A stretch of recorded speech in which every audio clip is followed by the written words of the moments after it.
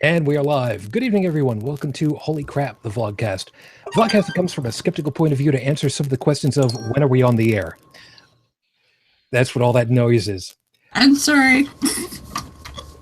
We're live now, I guess. Yes, we are. We are live now. Yep. This podcast started as a combination of spite and the Streisand effect because people on Facebook don't really like to be told how to do logic because they think that they've got it all. There's a technical term for that, whatever. I'm sure I know it later. Part of this is to follow through with the old adage, sometimes the journey is more important than the destination. I'm your main host. I'm known as Shujin pretty much all over the place. You can find me under that. Let me introduce you to a changed up lineup at the moment. From north of the border, good morning, Heretic Woman. Good morning. From across east to the, well, way across the rivers, over into Paris, France, good morning, Joseph. Yeah, that's a good swim away. Yes, good morning. Ain't that the truth? From a little bit down south, two last-minute replacements, you might say, from the law offices of why the hell is Eli trying to do this now? Good morning, Mr. Andrew Torrez. I like that I was only your seventh or eighth choice, but thanks for having me on. Well, in all fairness, we are the regulars. His first six choices. It's all good. It's all good. And from points unknown, otherwise known as Damn It Cat, Cut That Out, Pennsylvania. Good morning, Beth. Good morning. So as everybody can figure out, the lineup is a little weird right now. Unrenewed Tech is, well, busy, which is fine. He's got to get his sleep. I don't know what happened to Dallin. He may have been tired out. Considering he's still on some drugs, I'm not entirely surprised. It's okay. If he shows, he shows. If he don't, I'll just dock his pay. Joey will be joining us in a little while, of course. And I did promise Andrew that I'm not going to keep him very long because, we do this on a normal basis. I'm not going to keep him up super late because, if you don't have to stay up this late, why bother? So let me get everything rolling really quickly so we can get him out of here so he can finish drinking whatever it is that he's drinking. Hopefully something more alcoholic than coffee. I am presently drinking the Sierra Nevada Summerfest, which I highly recommend. It's an exceptional summer beer. So very cool. So let me get you guys rolling over here. Your 5-minute freestyle to start everything off is actually from one of my cards. Again, from the trip back from ReasonCon while we were stuck in traffic. 5-minute freestyle starts right now. This is courtesy of what happened at ReasonCon. Drunk Susie. Hi, Drunk Susie. I know you're out there listening because sooner or later she's going to go, oh, Bill, they're talking about me. What did I do? Okay. Yeah, what didn't she do? She didn't ignore me. No. Now, as vain as this might sound, I have used something that I've called the Shujin card on a couple of occasions, which is different from DJ rule number 0, which is a thing that I coined a while ago. There's a long-running history with that. I'll explain it sometime later. The Shujin card is it's a piece of vanity, really, when it comes down to it. And at the same time, it's for a really good reason and a really good cause. Normally speaking, I try to listen more than I talk, which seems kind of ass backwards considering that I'm hosting my own talk show and I do a lot of online DJing where I don't just put a whole bunch of music in and then 5-6 songs later I come in and say, hey, this is what you were listening to and this is what's going on and I'm hoping you're having a good time, and if you got a request, great, send me a donation, cool, okay, here's the next block of 10. So I don't do that. I actually say something about the songs, but the Shujin card is something that for me is, I would like to think that when I do say something, when I actually get into a serious moment and I think about something, I have the type of personality, call it charisma, because I'm a D&D freak, where I would think that when I've got something thoughtful, insightful to tell somebody, they listen. Like the old E.F. Hutton people are listening kind of joke, there are times where I get people that really just stop what they're doing and listen. And I ended up doing that with Drunk Susie at a ReasonCon, imagine that. But she was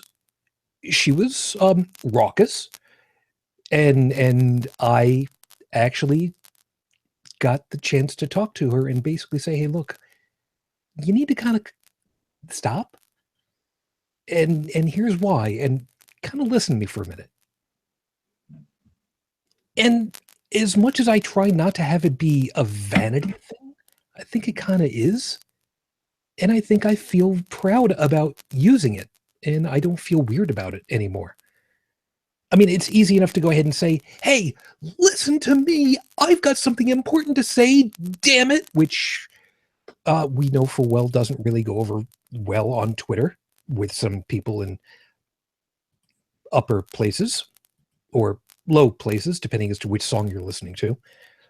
But for me, it's kind of weird because I don't normally do that kind of thing. I don't stand on ceremony. I don't like to think of myself as being that important. But it's kind of weird sometimes to be able to say, hey, listen, you really do want to listen to me on this one. And have people actually listen. It's weird. Because you don't think of yourself as being that important. But when we have those moments where we, no matter who it is, suddenly realize people are actually listening to us, that's got to be a moment where we have to take a mental step back and go, okay, I need to be paying attention to what I'm saying and how they're reacting to it, because I don't want to screw this up. I need to make sure that I'm right. And I need to stop and think. Because that's a piece of, well, that's a responsibility you got to be careful of. And I try to be very careful about those times where people actually are paying attention to me. Which is, I guess, part of the reason why I keep doing what I'm doing with this. It's a responsibility that I have whenever I come on and do this, to make sure that whatever it is that I say is important enough to teach to somebody else. I hope that if you use something that I've talked about, that you think it through. If it's something that you've got that seems like a really good idea, run it through your own head first. Because there should be that filter between brain and mouth. Believe it or not, that filter should start somewhere in your heart. This is episode 167 on the docket, Your Honor. Let the bodies hit the floor. And this is the reason wait. Before you do that, I've got to know, what are your top 5 songs you were going to play tonight? I don't have any that I was going to play for tonight. Oh, come on. The streams, you already did. I gave you one freebie. You had Let the Bodies Hit the Floor. So all you've got to do is get 4 more. So come on. Okay. Hit us up. 4 songs. Okay, fine. 4 more. Go ahead. All right, Let the Bodies Hit the Floor. Okay. It's Raining Men. Nice. Yeah. The Superman theme. Ooh, think about it. All right, Falling. Catch Me, I'm Falling. That one is, I forgot who it was that Free did that one. Falling. Well, I don't like to associate That's that the with Tom anyone. Petty, but the Catch Me I'm Falling, that's an 80s girl. Yes, it is. Yes, it is. Because I'm an 80s kind of guy. Yeah, no, so am I. So. AC/DC, If You Want Blood. Well, I wasn't going to go with that one, but how about another one from the 80s? Last Night, a DJ Saved My Life. So Awesome. Joey, thank you very much for making it. Obviously, your DJ set's over. Indeed, and great success, but unfortunately, I was so busy with it that my dinner plate's cold, and I ain't touched it. Ooh. Uh-oh. Well, you can always set a campfire on your desk again and work it from there. I will not let you live that one down. You're welcome. It's far from the first thing I've set on fire, including myself. Yeah. So let's go ahead and deal with this piece really quickly because, like I said, I don't want to keep Mr. Torrez any much longer than we have to. Should I call you Mr. Dr. Esquire? I know Esquire doesn't count for shit. I know. Whatever. But as long as it's not asshole, I'm okay with whatever you want to call me. So I can work with that. I remember a few years. I knew it. I'm surrounded by assholes. exactly. There was an Someone ad. gets the Spaceballs reference. Oh yeah, one of my all-time favorites. There was a watch that was being sold a few years ago called Esquire, and I remember they had this ad with all of these people, mostly guys, because I think it was marketed as a men's watch, and they would, flash their wrist up and be like, "I'm John Esquire." And that always just made me laugh because it was so lame. That's brilliant. And for what it's worth, by the way, part of the reason why the show is named what it is the whole, Spaceballs, the flamethrower. It's holy crap, the vlogcast. That's kind of where we get that from. Oh, right. Hey, holy crap, the toilet paper would be perfect then. Ooh, it's all about merchandising. Yes. What would that entail? Bible passages on your on each on a sheet? roll.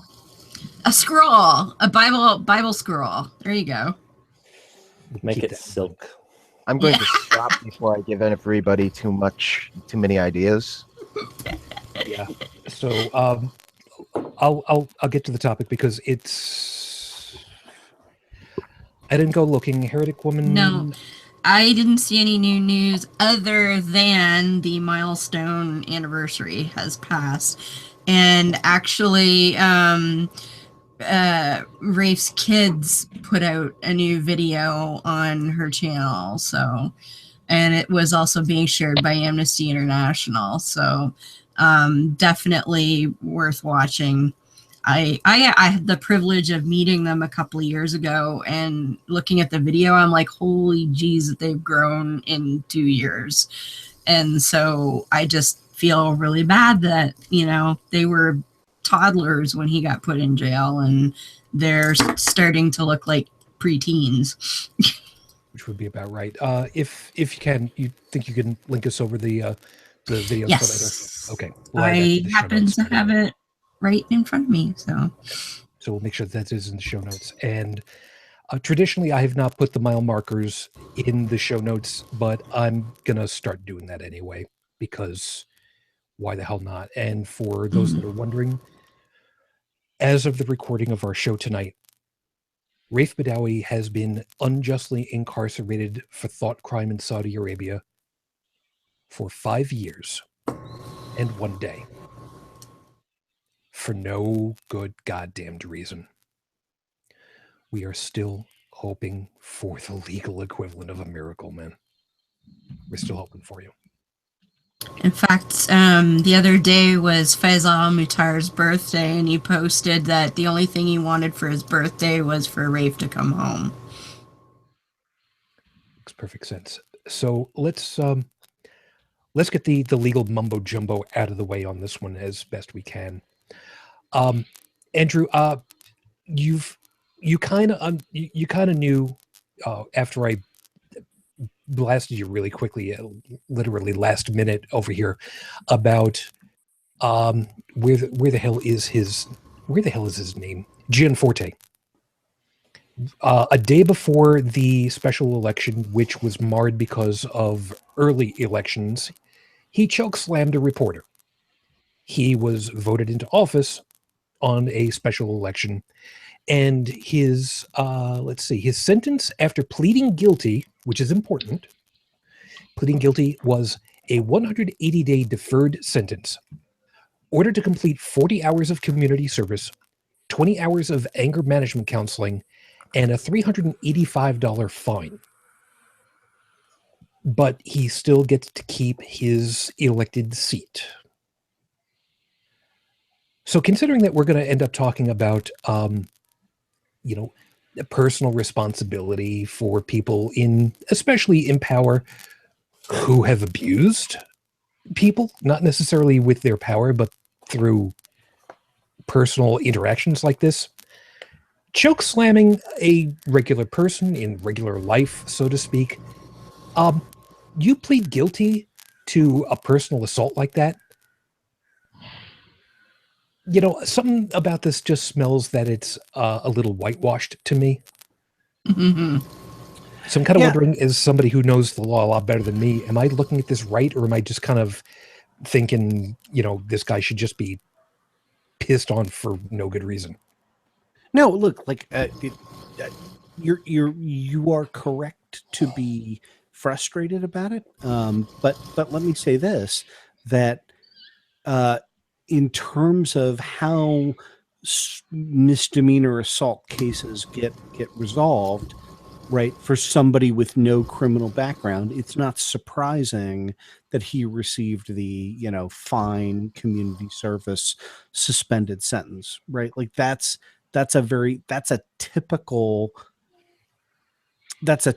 sentence for the kind of crime that of which he was convicted, because he pled guilty. What's astonishing, and look, like Montana has early voting, which is good, and the issue was that sort of a third of the votes were in prior to Gianforte choke slamming the reporter, and so it would have required kind of an amazing turnaround. It's frustrating to me that picking up a reporter and choke slamming him to the ground is not sufficient grounds for an amazing turnaround in an election.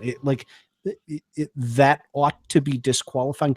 It ought to be disqualifying regardless of the party, right? Like if you asked me, right, running for your congressional seat, candidate A is, Mike Pence on the issues, but seems like a sober and intelligent human being, and candidate B is a mentally unstable psychopath who grabbed a reporter and choked him to the ground. Like, as a lifelong Democrat who's voted for 2 Republicans in his life, I'd vote the Republican in that case, right? Like you can't send people like that to Congress. But do they not have any provision that somebody running for public office has to have a clean criminal record? Nope. Look, all of these are situations. It is heartbreaking. I went back and read the Federalist Papers because I was in a debate with an originalist, and we were sort of talking about like what the founding fathers thought. And if you read the Federalist Papers on you read Hamilton on the qualifications for the presidency, and it will break your heart, right? Like you read it, and he says, well, this is indirectly, but this is subject to the will of the people. And because it's subject to the will of the people, right, it's we're obviously going to get a person of impeccable moral character who can inspire the country, and you're looking at it and going, no, we have a criminally insane game show host as our president right now. Like it's mind-boggling. Yeah, I don't know what to say. Yeah, and for me, that the piece about it is exactly that. I've kind of been wondering myself, where do people start drawing the line between, party and country?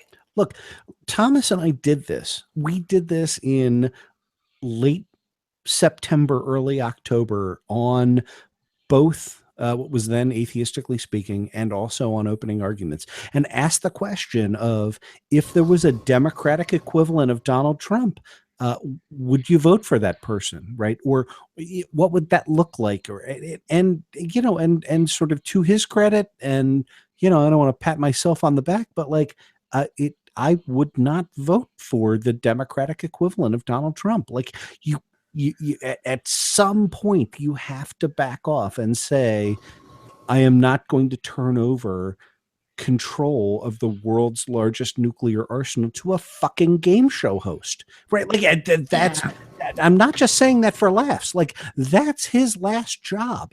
That's his qualifications for being president. Somebody who is 71 years old, and as far as we can tell, has never had a moment of public service in his entire life. Like, that's terrifying. And you know, and I went back and forth on the you know, it should we right, like the hilarious kind of left-wing position on January 19th, the day before the inauguration, was, well, I don't know if I would want to impeach Donald Trump because, you know, he's incompetent and stupid and has weird positions. And Mike Pence is somebody that I've spent my entire life fighting against the political positions that he's taken. It is, right? And right now, is there any doubt in your mind? Is there anyone on this call? I throw that out there as a question. Is there anyone on this call who would not rather have Mike Pence, Christian bigot, horrendous right-wing lunatic? I would pray to Baal every night to have Mike Pence as the president, because the presidency contemplates having somebody like Mike Pence, right? It does not contemplate having someone like Donald Trump, who views the office as a tool to enrich himself, his closest friends, and his immediate family. And I know Mike Pence would be more effective at doing things that I find repugnant politically, but I think that's I think that's more consistent with what America's supposed to be. So. But wouldn't Pence just be doing the same thing, just with different? No. Hold on a second. Let me. Yeah. Mike Pence, for all of the dickishness that he has to him, and I'm going to use that because I'm very sure that were she on the call with us right now, Bridget would agree, because she's had to deal with him before. He is at least knowledgeable about the process. How you're supposed to be doing with it. Let me jump in. And like, look, if you had told me a year ago I would be on a show defending Mike Pence, right, I would find that as implausible as I would have a major segment of my career to be vetting dick jokes, right? So this is something that's totally implausible to me. Mike Pence is a public servant, right? Like, he's wrong. He's wrong on fucking everything because he's a lunatic and he believes in a magic wizard in the sky. But like, he's a public servant. He has a vision of the United States. It's wrong, right? I totally oppose it. But he knows what politics is supposed to be about, and he has a vision of why you should be president, to put his vision of America, which is horrifying, into place. And again, I would rather have that than somebody who looks at the country as how do I use this to profit personally? If I may. Yeah, Joey. Well, here recently, a friend of mine was expressing the same kind of sentiments, and we literally went through the line of secession at each person who's currently in, which I think it's number 14, who isn't even eligible to be president because they're not a natural born U.S. citizen. But the difference, should Trump get put out somehow, whatever happens, I'm not suggesting anybody do anything or anything like that, but God don't do that. Yeah. For example, and I'm only using this for rhetorical level.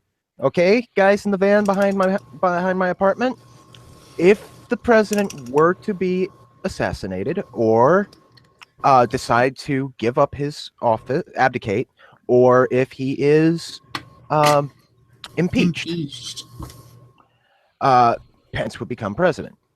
Now, the difference between Pence and Trump is that Pence is a bred politician. He is just, he's been doing politics practically his entire life.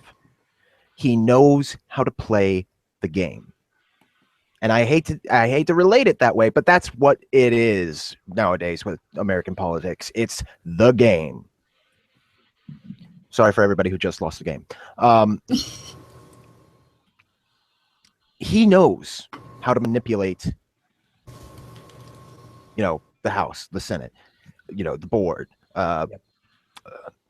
He knows all those pieces, and he can get what he wants the same way every other politician has managed to do so in the past. Not everybody gets what they want, but that's because, party differences, such like that. But we also have pretty much all Republican government at this point. So it wouldn't be very difficult for him. Now, whether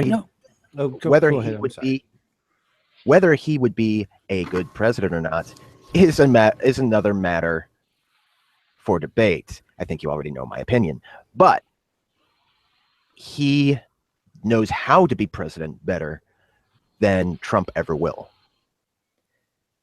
Yeah, before you go with yours, one second, Andrew, before you go with that, try to imagine any other elected official anywhere, it doesn't matter which government, doesn't matter which country, actually berating the group that's supposed to check to find out if they're doing their job right. Try to imagine Justin Trudeau doing that. Try to imagine the last king of Hawaii. Try to imagine him going ahead and berating whatever representative government he would have had before joining the United States. It simply does not. Okay, the only thing that I could see would be the one guy who stabbed in the Japanese. That was an assassination. That's a whole other thing for another time. Well, I mean, even in our last election, Trudeau said something about Harper somewhat insulting in a debate, and he got flack over that for days. Yeah. So, Andrew, be my guest.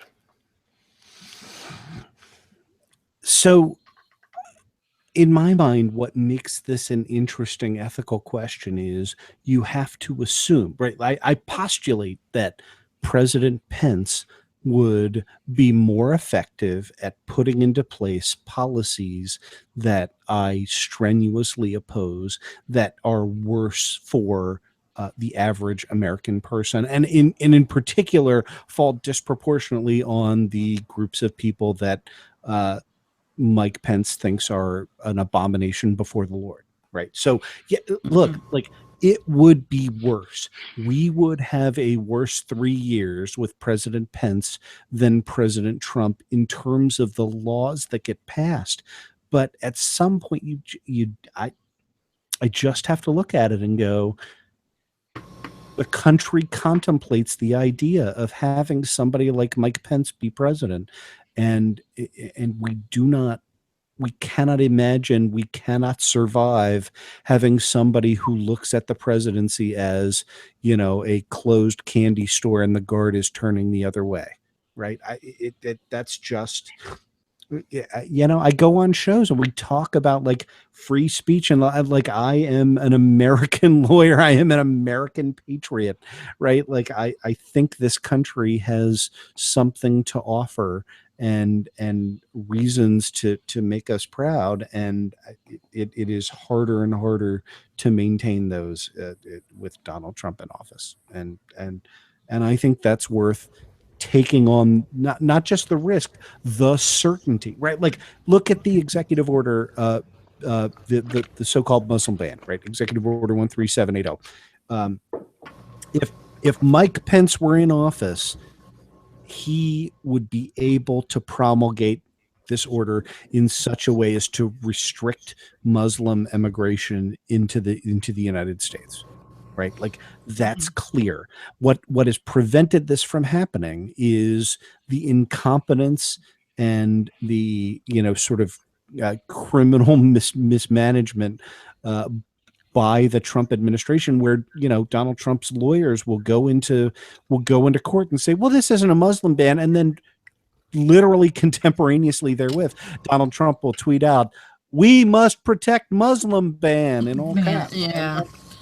You know, like, So from a outsider's perspective, though, to me, it's less harmful to have someone who's too much of an idiot to get too many bad things done than somebody who's smart about it who can get every bad thing done.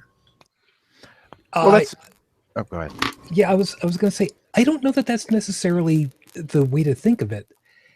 Okay. You know the expression, you teach somebody how to use a hammer and suddenly everything looks like a nail. I kind of wonder if this is the same situation. Guy thinks that I can get anything done that I want just by saying, I want it done. This is the tool to do it. That's what I'm going to do. And it doesn't matter if it's even close. See, I'm one of- going to be the devil's advocate here, but Mike Pence as president, in my opinion, would be one of the worst things there is. He is a Yeah.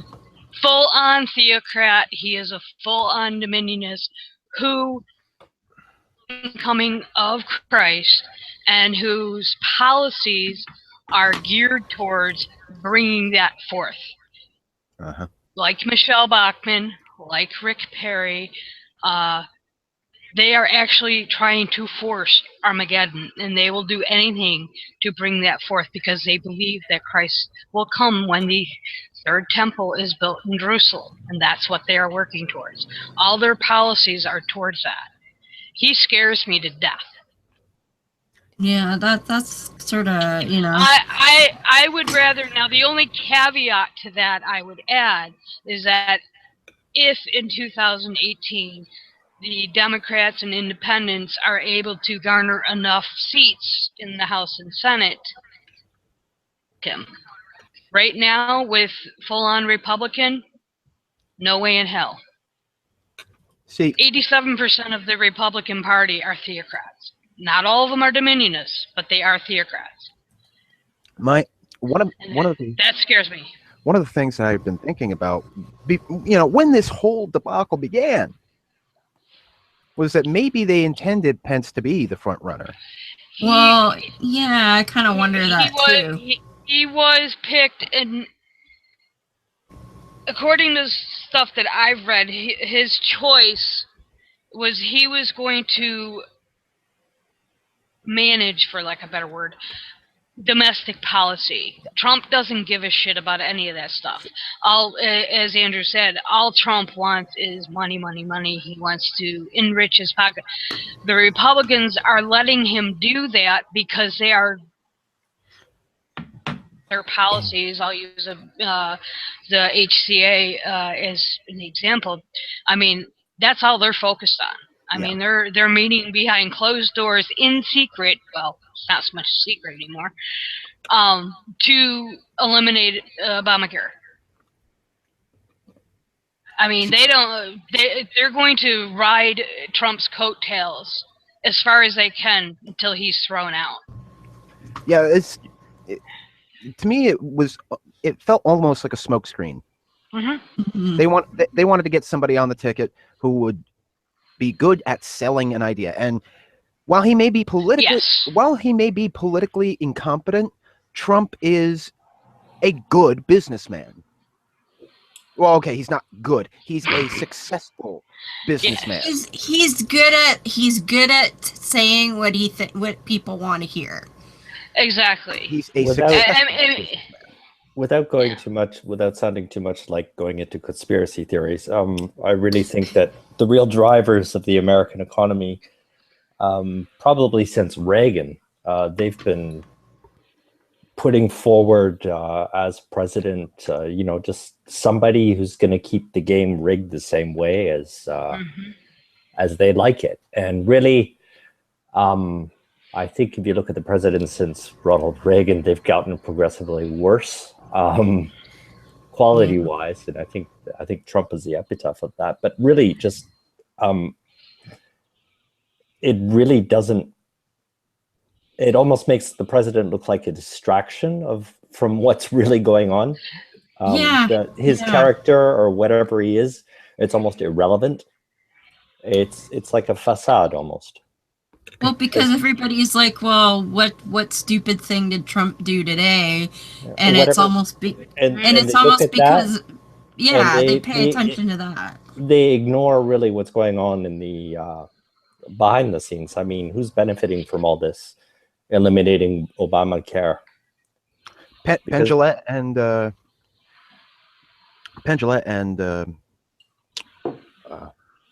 Teller. Yeah, I can't forget. Yeah. Sorry, it's been a long night for me. I think they put it best. Watch this hand, not what this one's doing. Mm-hmm. Now, really quickly, because I didn't really ask. I had said 20 minutes for Andrew, and it's well past at this point. I don't know how much longer you want to stick with this, but just to really get us onto more focused on the exact reason why I wanted to have you for a little bit at least, Andrew. We've got these situations where people have done things that are in some cases criminal, in some cases highly dubious. What level of personal responsibility should we be asking these people to do? At what level do we actually say, you know what, you shouldn't have this level of responsibility because you've shown that you can't really handle it? I mean, I know it's very open-ended, and I don't know that you can really answer it in a legal aspect, but as someone who has some knowledge, hell, a lot more than we do at least, is there even a level for this kind of thing? Do you think? Your opinion? No, it looks like a couple other folks wanted to weigh in, but No, go ahead. nope. We'll get it. Don't worry. You're the guest. Remember? No, well, there are 6 of us on the call, so everyone, needs to participate. Yes, and they will. It's my show. Don't worry about it. They know. Worst case, they'll piss all over me later. Don't worry about it. Fair enough. Plus, I don't know how long you're going to stick with us, so I don't want to. Well, I'm here now, so there.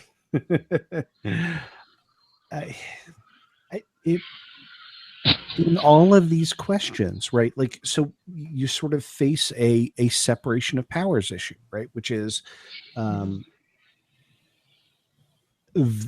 way in which the founding fathers and the history of this country have proceeded is thinking that a situation like President Trump would be resolvable through the political process, and absent things like gerrymandering and the protection of highly Republican districts in such a way that right now the average Republican congressperson fears being primaried from the right by a Trump supporting lunatic who says you're insufficiently supportive of the president. They fear that more than they fear losing their seat in the general election. And so, I've talked about this on opening arguments, but when you look at the president's approval ratings, right, they have cratered to 36%, right? That's a historical low. That's about as bad as you get. But all of that loss is a loss among Republicans and independents. If you look at the breakdown among Republicans, Trump's approval rating has bounced between 80 and 84% since taking office. It has not moved. And as long as we live in a society where that's the case, I honestly don't know. I mean, I'm sort of at a loss because the House of Representatives in particular is sort of meant to be responsive to changes and to short-term political trends, and they're not right now because Republican congresspeople are far more worried about losing their seat in a primary than they are about losing the seat in the general. And that's terrifying. Dune 9988 was pointing out that, the question of the Democrats taking back the Senate. I've said this before. This is what you need to think about. In 2018, for the Democrats to retake the Senate, here's what they have to do. I think I said this the last time I was on the show. Yes, but you did. Yeah, they must win. They must hold every Democratic seat. They must win every competitive seat. And that gets them to 50. That's not enough. Yeah. Right? Not enough, yeah. To get 51, you have to win. The next 2 seats that you could pry loose are either Ted Cruz's seat in Texas or Orrin Hatch's seat in Utah. Yeah. And so all of these questions, the question you need to ask yourself is, what does the average Ted Cruz Orrin Hatch voter think? And if the argument is not persuasive to the average Ted Cruz Orrin Hatch voter, then ultimately the answer is the Republicans are going to continue to do what they're doing. Well, right? That's the answer. To kind of go along with what you're saying, I have a really bad habit of following the so-called fringe groups and the mentality that we're dealing with, why people are voting these idiots in. There was a piece that came out. It was from Right Wing Watch, and basically Family Research Council put out a news release or something. Obama's shadow government is targeting, he's not even in office, using the whole anti-Obama, so anything Obama did, and this, I mean, that's the But they're type still of blaming Hillary too, and she's not even being elected. I mean, that's the type of mentality that we're fighting. Even before this past election, I live in a very rural, borderline Trumpistan, but I'm probably the only atheist in the town I live in. I know I'm not the only lesbian, but I'm pretty close. People are one-issue voters. So if somebody like Donald Trump says, well, I'll make sure that Roe v. Wade is overturned, they're going to vote for him, no matter what else he does. He could start World War III and they wouldn't care as long as Roe v. Wade was overturned. That's the type of mentality we're fighting. But it's scary. To take your point a little further, because I know it's incomprehensible with that these people would ever vote for somebody like that, but I think we really have to look to the voter mentality, because these Republicans, if what they were doing, nonsensical as it may be, if it wasn't working, they wouldn't do it anymore. Yeah. So I think it's really towards the voter end that we have to look what's going on in their heads. Well, if you go back, and I've mentioned this before, this whole impetus actually really did start in our memory with the Reagan era, and it's the whole 15% solution. I mean, the agenda of the right, an agenda, it really is. They have implemented it step by step by step. I mean, we see it in stuff like the Dover trial. We see it in, the whole creationists and the bullshit down in Texas with the textbooks. That's all, well, not pre-planned, but it's planned for ahead. It just, the Democrats, basically, we got stuck sitting on our hands, and the Republicans took advantage of it. Okay, before we go any much further down into that, because that's big time. That really is a deep dive onto a whole topic all unto itself. I want to kind of bring back a little bit, because there is still a piece of this that kind of falls with all this again, which is the responsibility. Now, I need to kind of put this into a little bit of a story piece, and please forgive me for this. When I was in grade school, we would go outside every once in a while, play kickball, because, a bunch of grade school kids, what are you going to do when you're almost only just twice the size of the inflated ball that you're working with, which, by the way, that really hurts when you get hit the side of the face with those things. Oh yeah. Anyway, I was on one team, obviously enough, and I had I believe it was over at like third base, and somebody was coming around from the opposite team. They tagged the base, the ball came over, and I said the other person was safe, but my team would have retired the side if it was out. And I got a shitstorm as a little kid from people saying, why would you do this? Because they were safe. You know, wanting to win is all well and good, but if you're not playing the game fair, what the hell was the point?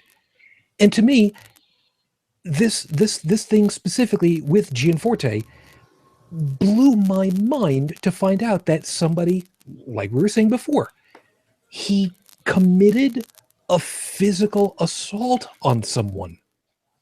And yes, I know we've had the same thing happen to a higher degree with the highest office in the land too. I know. You can kind of get the idea as to why this has been gnawing at me for, oh, look at that, since late last year. So, you know, at what point does somebody, when was the last time some elected official said, I'm not going to be in this elected position anymore? Joseph? Yes. Joseph, what did you do? They're coming for you. It's the gendarme, run. But seriously, in the US, the last time somebody went ahead and did that was because they got caught sending sexy text messages to a 15-year-old. Oh. Which guy was that? There's been a few. That's part of the problem. Exactly. Uh-huh. And if you say wiener, then it becomes, well, which time?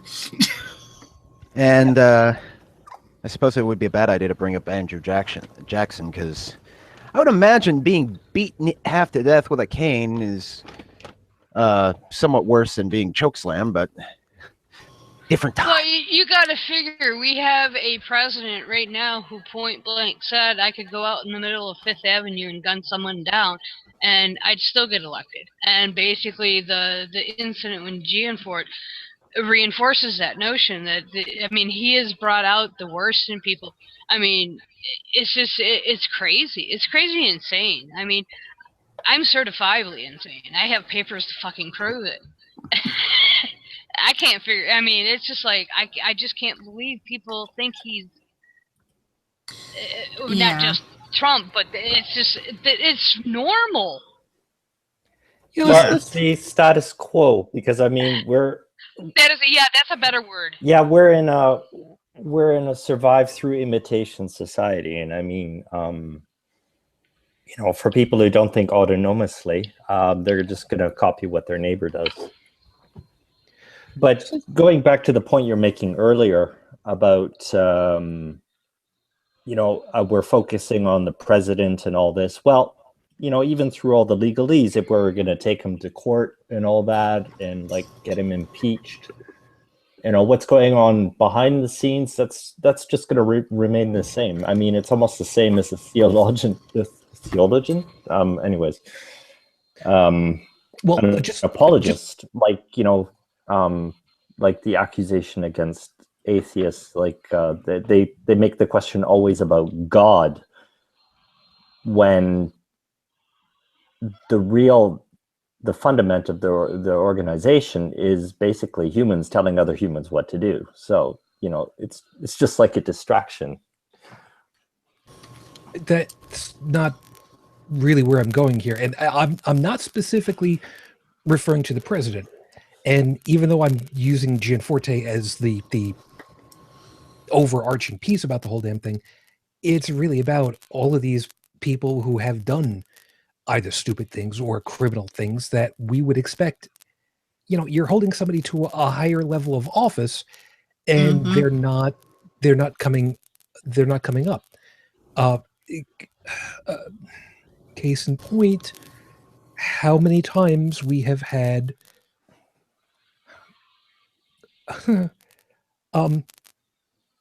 just this week we had another high profile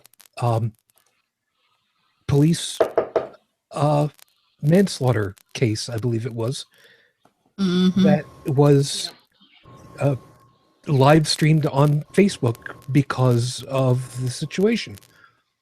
And I don't know all of the particulars at this point, and I've got a problem with that I didn't yet, but it came out that the police officer was exonerated of charges, and the police has basically said, yeah, we'll not have him as an officer anymore, because it would not be in the best interest of everybody involved anyway. So, you know, I'm sorry. I've got a hard one with this one because, you know, I've grown up with cops all in my family. So for me to hear about something like this is it's tough because I'm the eternal Boy Scout. You do right, you do wrong, and you do right, you know, fine. You do wrong, you should own up to it and deal with the consequences of it. Because so I've got a heavy duty problem with this one because I don't understand. Yeah, and I'm sorry if I derailed you. Well, you were going down an area that I didn't know how to. Yeah, and I was trying to say a lot of things in just as short a way as possible, and not succeeding. Sorry, it happens. I mean, it's early. I understand. You know, trying to pull it all together at once is not easy. I guess what's gnawing at me, and Andrew, you might be able to answer this at least from your perspective. I mean, how do normal, everyday people like us? It's normal. How do we deal? What do we do? How do we deal with it? What can we do? So, there are a couple of answers to that, right? Like, if you look historically in gubernatorial, in off-year non-presidential elections, Republican turnout relative to Democratic turnout is up. That is, Democrats tend to care about who's on the top line, and then in off-year elections, they stay home. And they do this thing too, which, like, everybody on this call knows, it's one of my big things, right? Like, I have not stopped blaming Bernie Bros for 2016. We have this situation where, right, Gianforte was the House candidate in Montana, and this was close. And I promise you, in 2018, you will have, you know, in Wyoming, progressives, the you know, Daily Kos endorsed candidate is going to be, you know, Star Moonbeam, who is, you know, lesbian Wiccan, like, and everyone's going to get behind her, and it's going to be amazing, and we're going to give a ton of money, and she's going to lose 52-48 to the multi-millionaire ex-Goldman Sachs executive, who is the Democratic candidate, and some percentage of those Star Moonbeam voters are going to be like, well, I'm not going to get out and vote for, you know, that ex-Goldman Sachs like, fuck you. Like, you know, do your best, right? Like, I am 100%, right? Vote your conscience in the primaries. The general election is about stopping evil. It is about obstructing the potential for Donald Trump to do what he wants. Yeah, we don't even get that opportunity in Canada because we don't have anything like primaries. We go and we vote one time. So I always vote strategically. Like, I don't think I've ever voted for the same party 2 years in a row because I'm always looking at who's the least of all the assholes, right? And there are times where I have gone and voted with, you know, in ways that maybe I normally wouldn't, but I wanted to prevent something worse from happening. So yeah, I'm with you. Like the people like, well, my candidate didn't get in the primary, so I'm just not going to vote for, like, fuck off. Like you just threw, you know, all how many millions of minorities under the bus just because you got your feelings hurt. Like I don't understand that shit. But then we've got the people who are still going and doing whatever the hell it is they feel like they can do. We have now elected officials who are going to have enshrined, grab them by the pussy, which is no longer a meme. It's actual fucking reality. Yes, I said my one F for the word. Shut up. And yet, it's the play now. It's the game now. It's no longer, you know what? I did this. And I would expect that somebody who did this shouldn't be in office. If it wasn't me doing it, I shouldn't be in this office. Well, it's gone from I did something reprehensible and I need to hide that or I won't get elected to let's see how many reprehensible things I can get away with and still get elected. Like it's almost like it's become a competition. Like the audacity of someone like Anthony Weiner going back and trying for office again and again when everybody knows what kind of a dumbass he is ridiculous. But yet he still thought he had a chance. And, you know, all of the stupid things that Trump did, you know, making fun of disabled people and being a misogynistic pig and being like all of these things that in a previous election would have been, you know, his people would have been spending hours and hours and hours trying to figure out how to dig themselves out of the hole, and he just shrugs it off and people don't care. And it's just from my perspective, it seems like it's just changed overnight. I'm sure that's not the case, but that's how it seems, and it's mind-boggling. Yeah, to that end, Andrew, this is the perfect opportunity because this kind of ties together a couple of pieces from before. Generally speaking, there are no real repercussions in the lineup, so to speak, of what the requirements are for someone to uphold the office of president or of the other various federal levels, especially even state levels. I mean, how much can people really go ahead and say, you're convicted of X, so you're out of a job? That really doesn't happen, does it? No.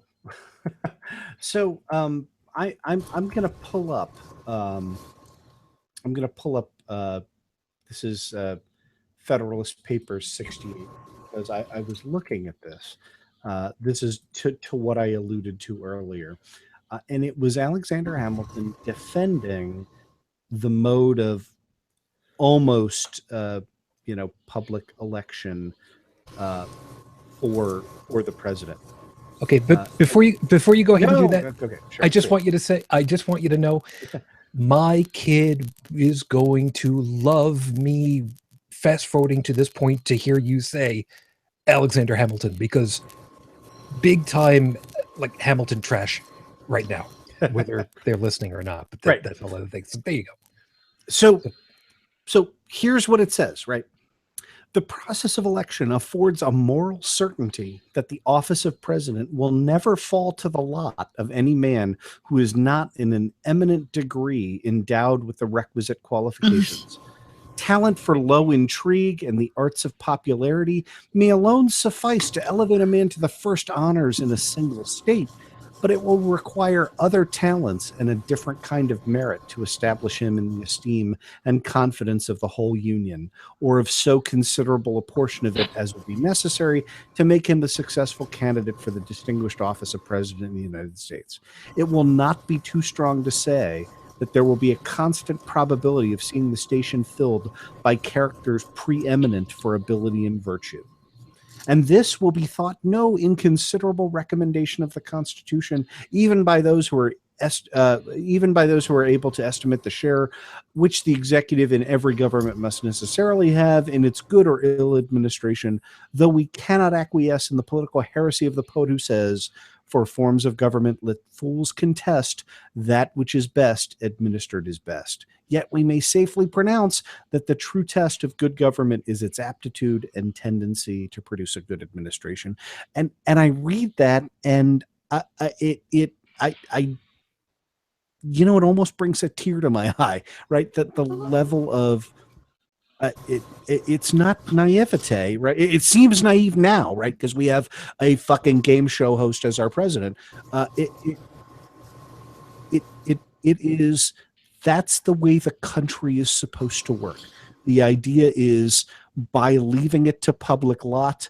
Maybe in one state, somebody like a Donald Trump who's, popular, but what could possibly, but that they couldn't possibly get a majority of the states, could they? And that's the position in which we find ourselves. It's crazy. I mean, Trump wouldn't know virtue if terrible. He wouldn't know virtue if it grabbed him by the crotch. Yeah. He is 71 years old, and as far as we can tell, in his 71-year-old life, he has never conducted a single act of charity as defined by him. Right? Like, look, I worked for Barack Obama in 2012. I strongly did not want Mitt Romney as president. I think Mitt Romney's ideas of charity are mistaken and wrong and bound up in the Mormon church. We all agree with that. You cannot deny Mitt Romney is a public servant. He is somebody who, he's wrong, right? Like it's in service to a God that only lunatics could believe in. But nevertheless, right? Like he has spent a significant chunk of his life trying to help other people.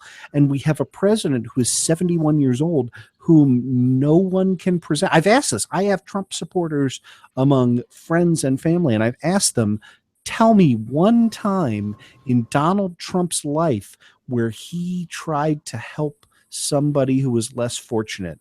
And they changed the subject. They're like, well, like it's important to have strength. And I'm like, okay, so your answer to that is nothing.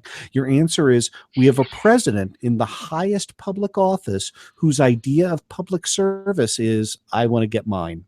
And that's horrifying and sad. Has he ever even earned anything? Like he's basically had everything handed to him. He's never really worked for anything.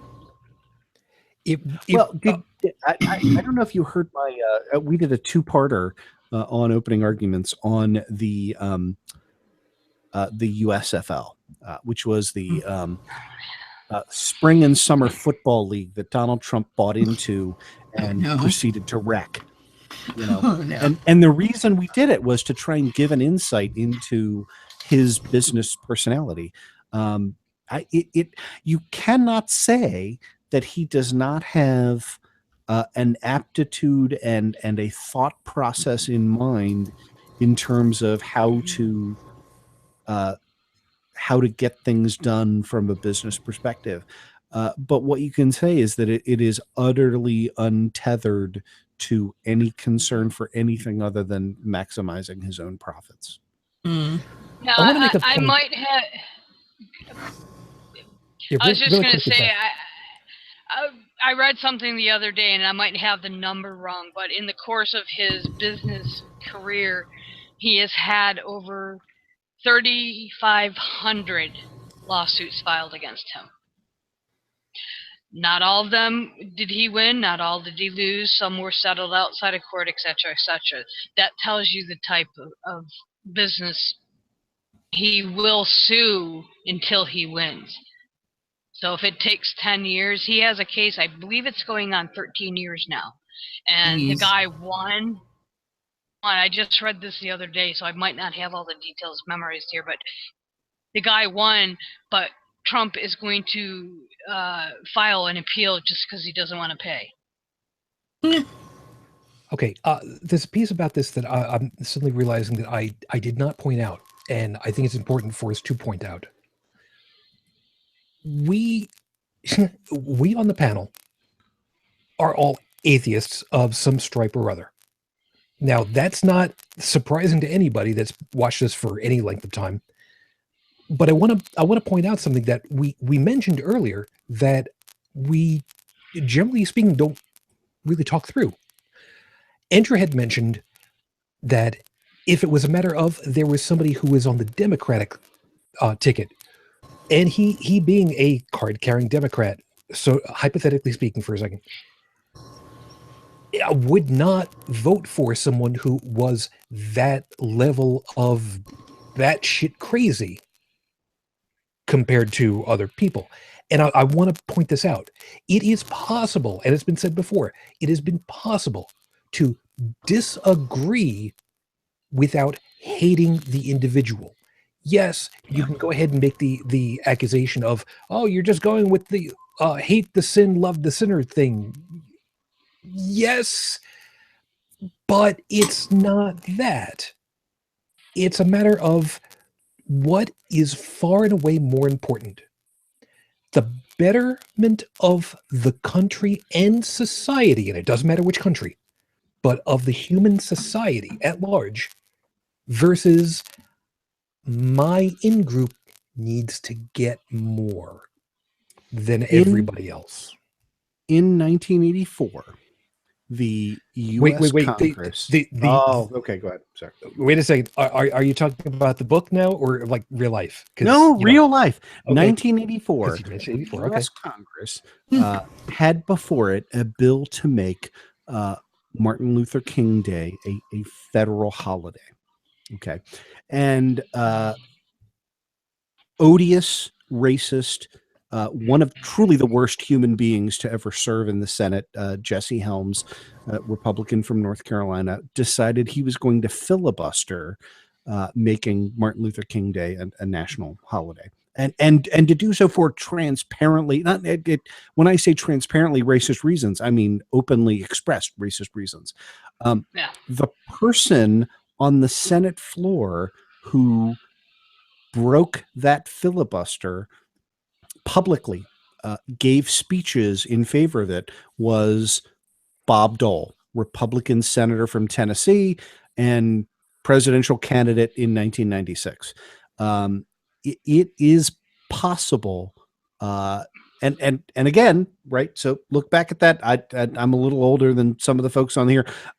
I remember the 1996 elections. It is possible to have a presidential election in which you look at the other side and say, we disagree on the ideas, we disagree on the direction of taking the country, we agree on a base level of patriot, we agree on a base level of humanity. And Bob Dole was, and I believe is, a fundamentally decent human being. And he stood up to Jesse Helms. He's like 107 now, right? He was 105 when he ran against Bill Clinton, right? Like he's not a young man. I don't fault him for not being on the front lines against Donald Trump.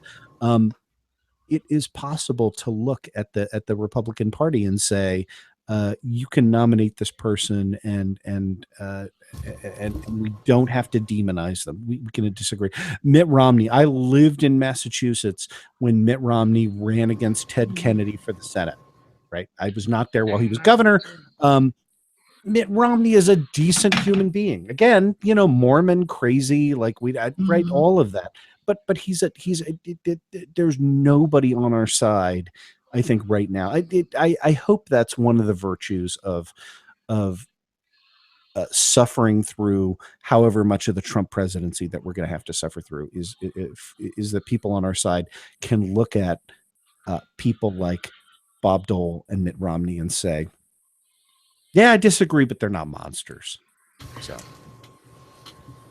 Well, That's my I story. think I think with both Romney and Dole, to further your point, is that while they may be whatever flavor of religionists you want to, they want to claim, they're not they're not the theocrat, they're not the dominionists. Yes, they let their faith guide their decisions, but they're going to weigh the benefit of the many versus the few. Who's it going to benefit?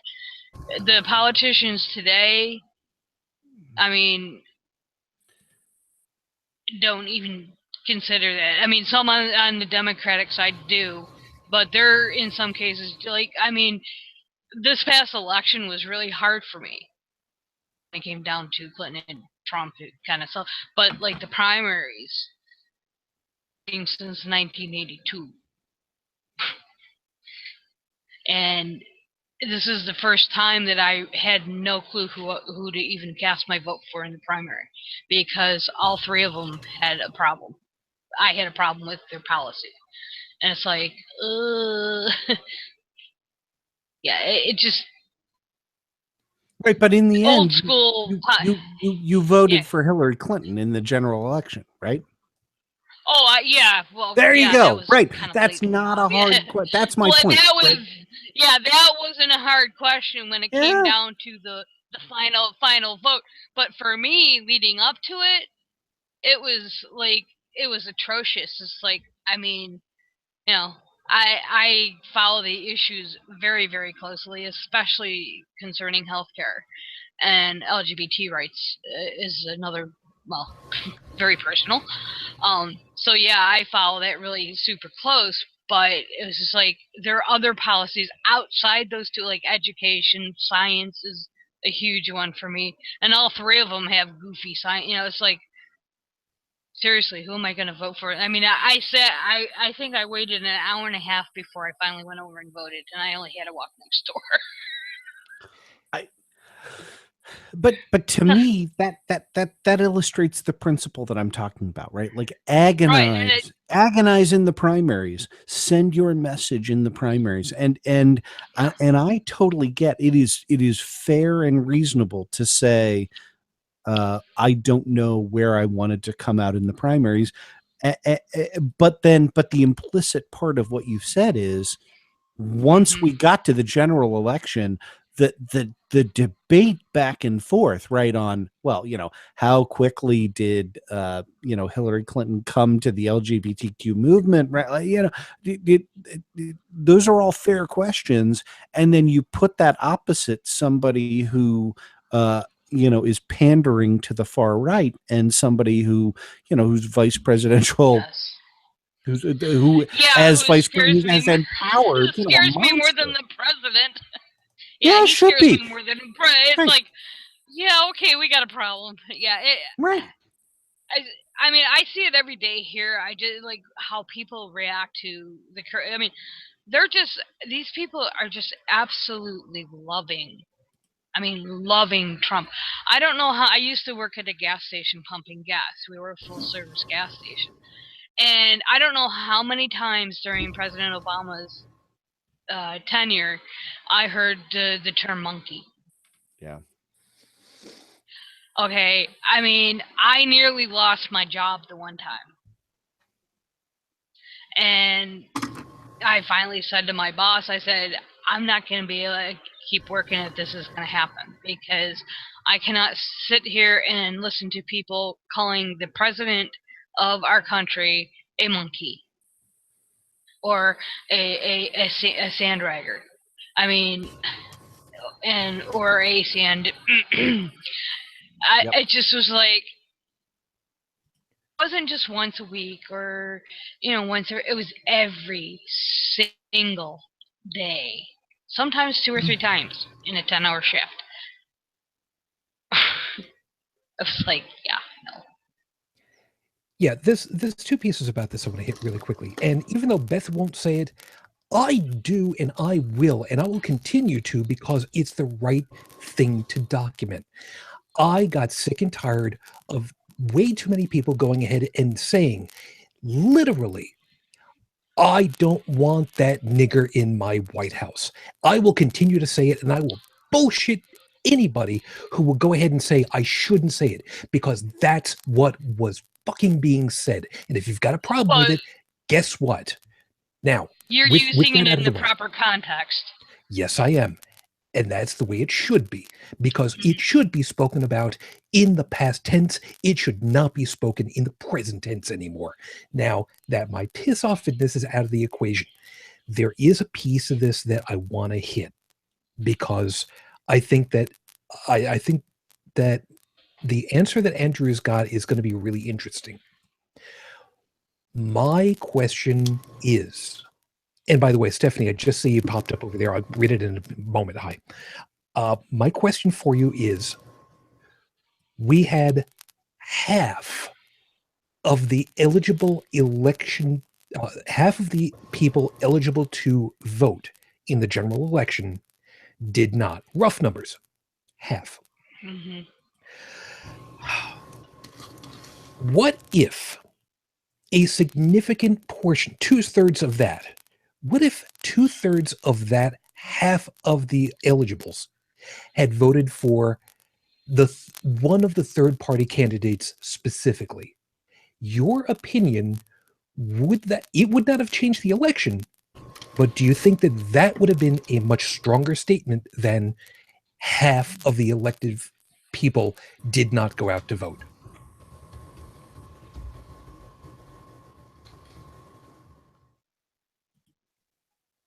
I guess I'll throw it out there for whoever wants to pick it up, because I don't know. Can I do mine? Your Go. vote is not a message. No, wouldn't matter in the slightest, right?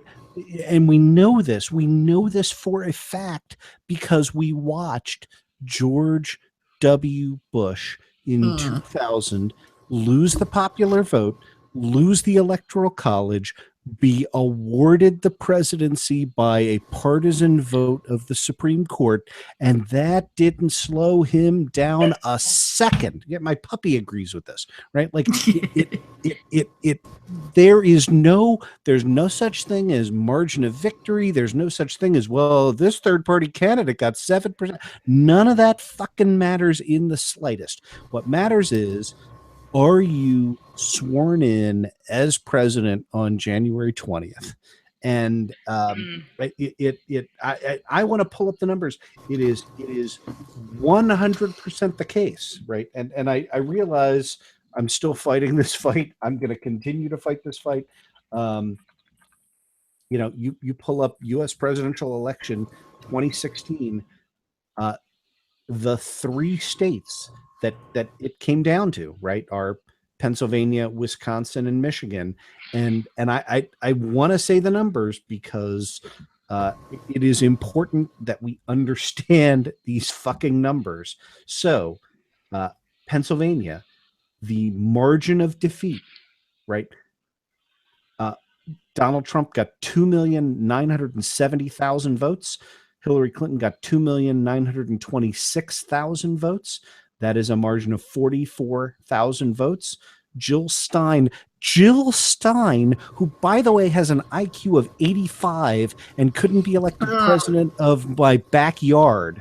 Jill Stein got 49,000 votes. 49,000 liberals. She believes Wi-Fi causes cancer, for Pete's sake. She has the brains of lint, and her votes were sufficient. If 100% of Jill Stein voters voted for Hillary Clinton would have won Pennsylvania, and you see where this is going. Michigan, right? Michigan. In Michigan, let me pull it up here. Donald Trump, 2,279,000. Hillary Clinton, 2,268,000. That is 11,000 votes. And nitwit Jill Stein got 51,000 votes, 5 times the margin necessary. Evan McMullin got 8,000 votes in Michigan, right? So all you needed was 10,000 more, 11,000 more Hillary votes, and Jill Stein got 50,000. And Wisconsin, exact same story. Wisconsin, 1,405,000 for Trump, 1,382,000 for Hillary. That is a margin of 23,000 votes. Jill Stein got 31,000 votes. So There you literally, go. you take Jill Stein votes in Pennsylvania, Wisconsin, and Michigan. We're not talking about people who voted for Evan McClellan. We're not talking about people who voted for Gary Johnson, where you can debate back and forth. We are talking about hardcore leftists who went to the polls and said, I want to cast my vote to send a message to get the Green Party. I don't even know what they were thinking. Okay. Hold on a second now. That's the election. Those people, if they voted for Clinton, we would have President Clinton right now instead of President Trump. I wouldn't put it only on them, though, because, I mean, there's, don't forget about the white evangelicals, because, like, it's horribly complex. All of this together resulted in Trump, but the white evangelicals, they look at the national voter turnout, which was what, 46% or something like that? And the voter turnout of the white evangelicals was some outrageous number, like close to 86% or something like that. And of course, they all voted for the same guy. They voted exactly who they were told to vote for. You will not find me being unwilling to cast blame on evangelical Christians. I'm just saying, add that too. But here's the reality. Here's Barack Obama's votes. Okay, in 2008, Barack Obama got 69 million votes, 69,498,516, 69.5 million votes. In 2012, we talked about how, kind of mid-off years, Democrat, Barack Obama got 65,915,795 votes. Hillary Clinton got 65,853,516 votes.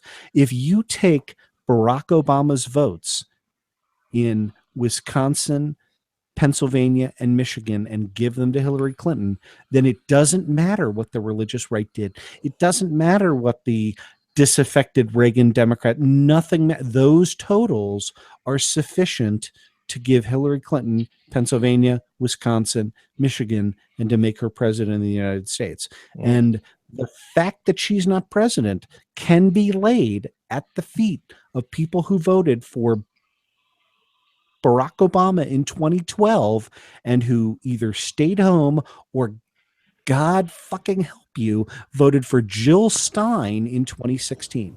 And so, yeah, like I agree, right? Like there's plenty of blame to throw around to, but this podcast, we are not going to persuade evangelical Christians who voted for Donald Trump. But I hope I can persuade, if you are listening to the show and you voted for Jill Stein and you don't regret that every moment of your life, then I'm going to continue to talk to you until you do. And you ought to feel guilty, and you should get out there in 2018. And I don't care if it's a former Goldman Sachs middle manager who's running for, congressional office as a Democrat in Wisconsin or whatever, like, get out there and vote for that guy and work for that guy and send money to that guy. You liberals cost us the presidency. And I see your point, because the white evangelicals, they've always done this.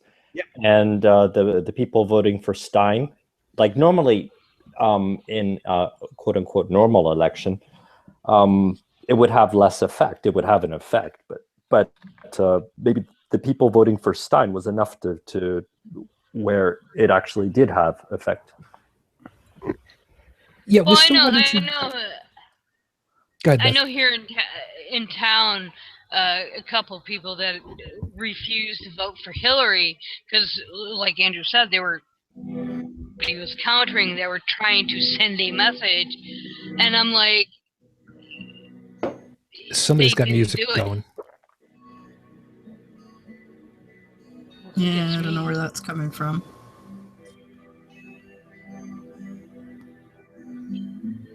It's not early 80s heavy metal, so you know it's not me. So Yeah. Yeah, Keep I that in had mind for you. Blue Oyster called on it earlier, so I know it's not me. But Okay. yeah, Maybe it's just Go, yeah. Well, it's certainly not me. So there's only one person left. That leaves Joey on.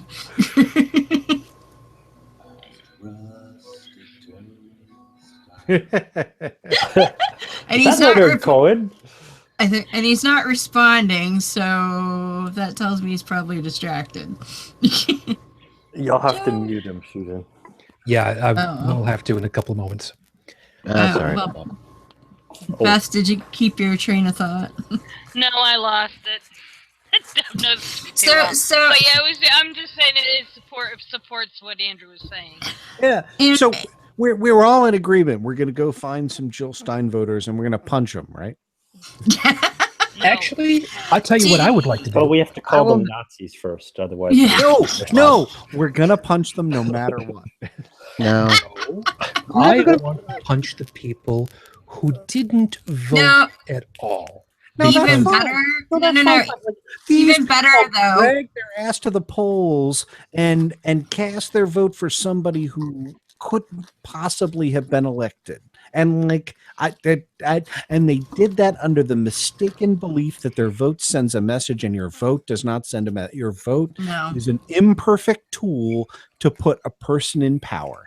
That's it. Yeah. That's all. Yeah, that's all you have. That's what a democracy means, right? Like if you are not insanely wealthy, if you do not have the ability to lobby and to buy yourself a legislature, all you've got is your vote, and it kind of sucks. And don't throw it away, you moron. Anyway. Andrew, one quick question. The numbers you use to show the differences of Jill Stein, do you have that published anywhere that we could access? Yeah. So good old my favorite, Wikipedia, U.S. presidential election, 2016, and scroll down to the state by state, right? And you will see it. It is okay. In That's every a state. good one to use. Yeah. Yeah, the thing that I really want to find out from those numbers, and I haven't been over to it to see, is to find out how many eligible voters did not vote at all. Yeah, because that's always an issue. It's always an issue. Yeah, it is. But the thing of it is not so much as the whole sending a message to anybody, because I don't.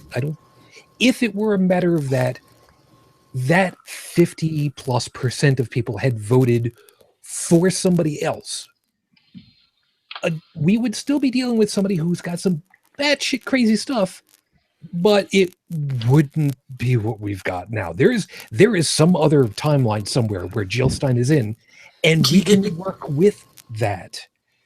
But we'd all be dying from polio. Not all at once. Not all at once. Only the young.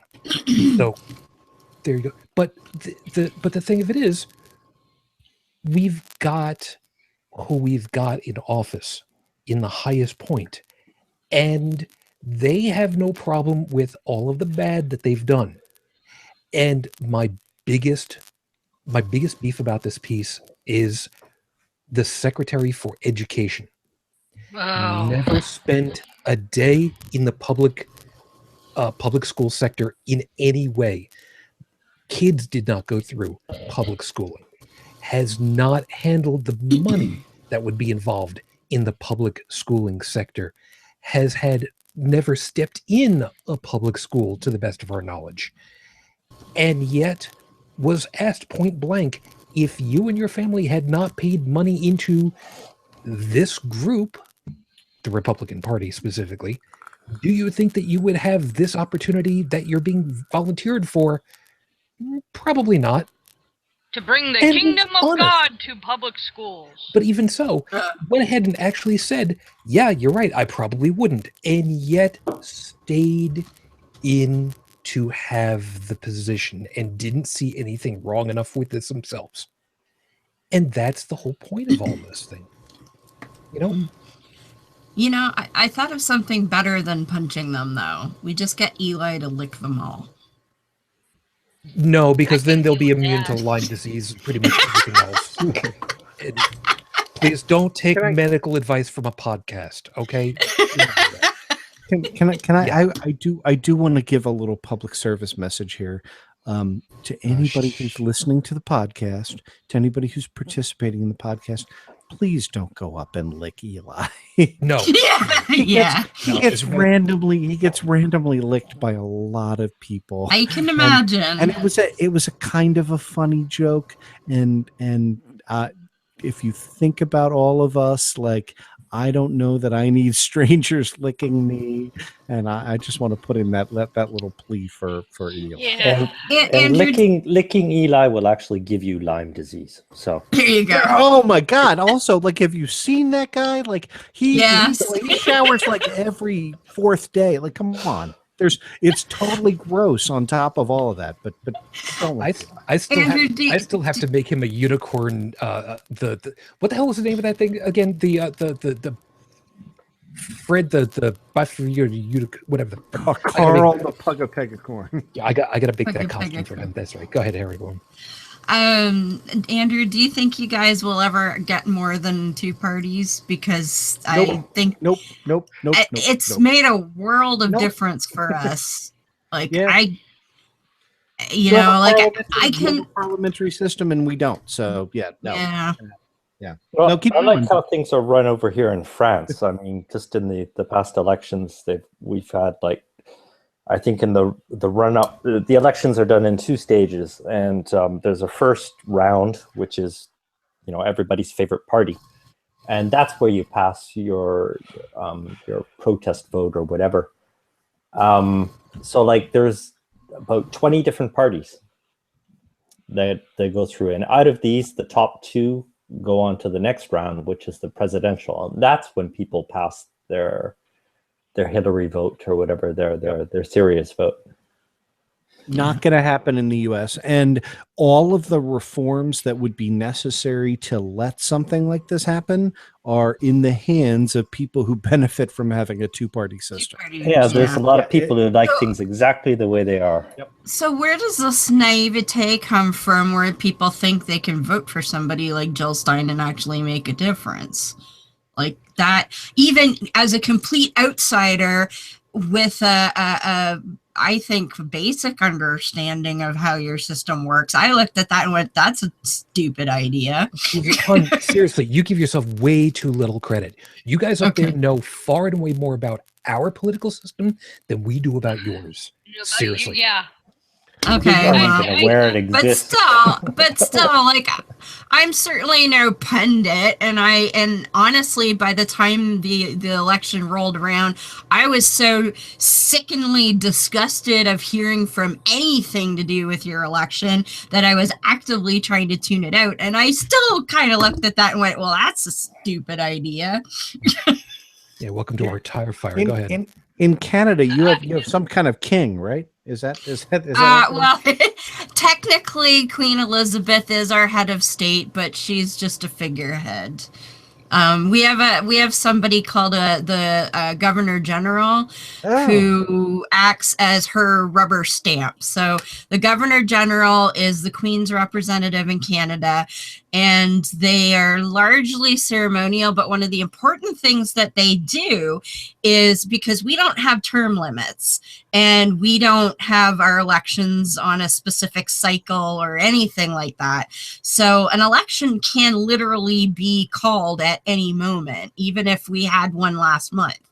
And one of the things the lieutenant governor does, if something happens where, let's say there was a non-confidence vote in parliament, or the prime minister decides to strategically call an election at a weird time, the governor general is the person who kind of signs off on that.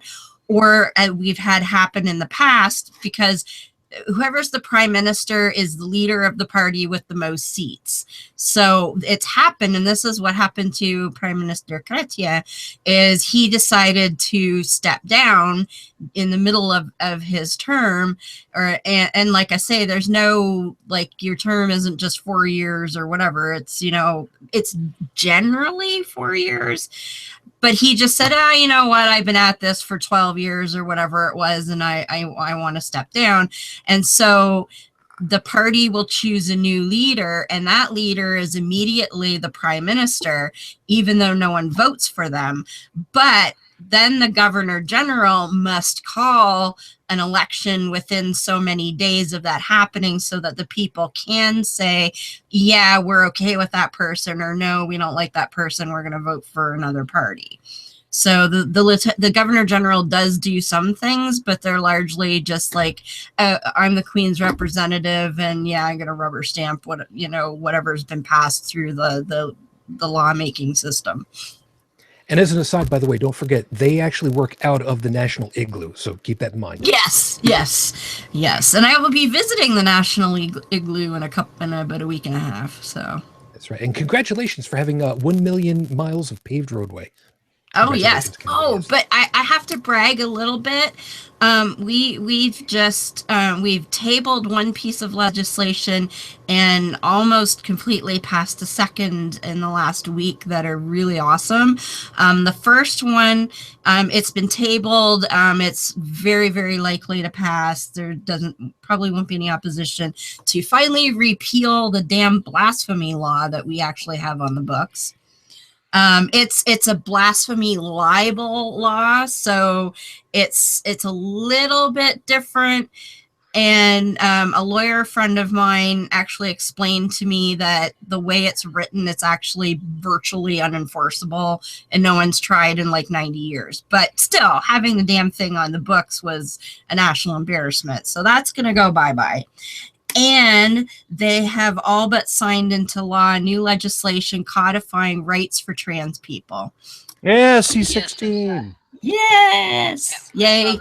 And doing it, you know, Pride Month. So that's pretty awesome. You guys have done more in two weeks than we've done in what, 5 months? 1 week. We did all that just this past week. What? Yeah. Yeah. We haven't had now, one granted, legislation passed yet. C16 has been tabled for over a year, mind you. So it's past its third reading, and it's on its way to being signed into law now. So that's exciting for sure. And it basically says that gender identity and expression are protected grounds under the Constitution. So you can't be discriminated against for those things in any way, shape, or form. Okay. Piece that came through from Stephanie over in the chat. And by the way, again, Stephanie, thank you. Heretic woman for you, quote, they, apparently this was in reference to, you know, the protest vote kind of thing. Yeah. They think they are important enough for politicians to notice their individual vote. Oh. Unquote. Now, yeah, that ain't gonna happen. It's anonymous, for pity's sake, is it not? Yeah, and Andrew, I think that you absolutely agree completely with that. Yeah. I got nothing to add, and I've been loudmouth interrupting folks on the show, so I'm going to stop now. No, that's totally half fine. the reason. Yeah, it's half the reason why we do it the way that we do. I mean, yes, I will, you know, traffic cop it all, but at the same time, you know, you've got a lot more knowledge about this than we laypersons do. No. On when we're talking politics, everybody's opinion is as good as anyone else's. Well, that's why my opinion is for Jill Stein. Are you happy now? Fuck you. No, you're a goddamn moron. But that's fine. But we're on a level playing field at least. I just don't want the and you know, I don't mind reified. Talking about this idea of the quote, protest vote, when we had our election last year. I actually did not vote for Trudeau. I think he's a little soft on Islam and yeah, and some other things. But I didn't like any of the candidates I had available to me either. And now I had quite a bit more to choose from than you guys do, but I was not really happy with any of them. The parties that I actually would have liked to have voted for did not have any candidates in my riding. And I looked into, because some people do this in Canada and they call it spoiling the ballot, because unlike you folks, we do not have any electronics in our election whatsoever. We use a piece of paper and a pencil, actual like sharpened pencil. That's what we use always. And so what people can do is, if they don't mark the ballot properly, it's considered a spoiled ballot and it doesn't count. And some people were under the impression, because they do take down, register everyone, they're by name to vote, that somehow if you spoiled your ballot, they would record that. And somebody would know that, or that if you actually refuse, you show up, you say, yes, I'm here, but I'm going to refuse to take my ballot, that would be, oh, so-and-so refused, and that they would mark this down. And I looked into that because I thought, well, if they actually did record, at least I didn't think they would record a spoiled ballot, because how would you know when it goes in the box? Nobody knows who the hell put it there. But if I was to go, well, I am officially refusing my ballot because they all suck, that if that was recorded, and I looked into that and I found out, no, it's a bunch of bullshit.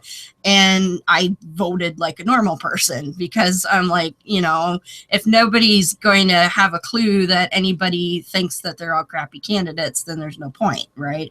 So I at least investigated what that was and said, well, I'm just going to protest and hope it works. Like, no, I went and found out whether that actually would do anything. And when I found out it wouldn't, I was like, okay, well, then I have to pick somebody, because, if I don't vote, then I'm an idiot.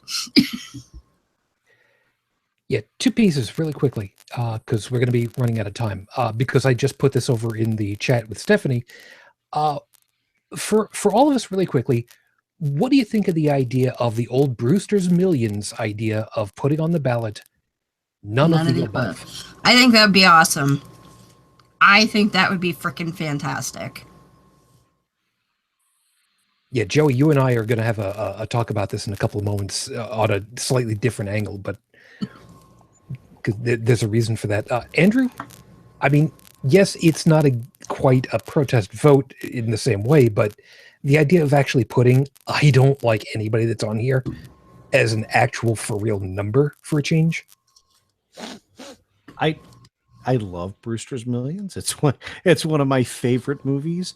It combines baseball and ludicrous 80s montages and Richard Pryor and John in a Candy. good movie. In a good movie, as opposed to Superman. As opposed to Superman.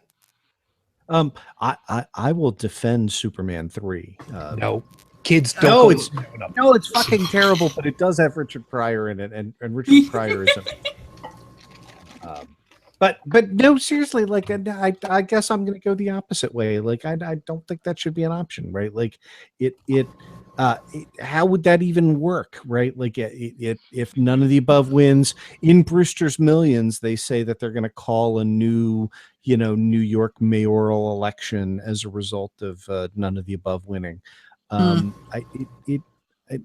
don't know what that would mean, and I think that the aspect of our politics where we've sort of allowed that, negative campaigning, demeaning of the other side to lead to, well, they're all just terrible. Like, I mean, I can't tell you the number of people who said that to me, in September and October of 2016. And I pulled them aside and I was like, no, you're wrong. Like, they're not both equally terrible. They're not like, I just hate everybody involved. Like, get your fucking ass to the polls and vote for Hillary Clinton, right? Like, let's break this down. You tell me, give me your entire case again. I'm listening, right?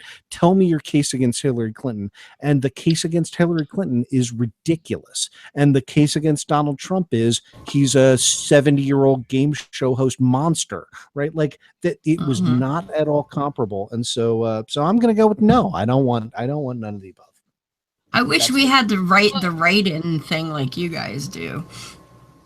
That would be fun. I think it is a former third-party voter, now reformed, but part of it was the more I learned about our elections and our politics and how it worked as I got older, the more I realized that voting for somebody like Jill Stein, I was wasting my vote. And I think part of it is that in our educational system, politics are not taught. The kids now are a little bit more aware, but people my age, I didn't learn any of this.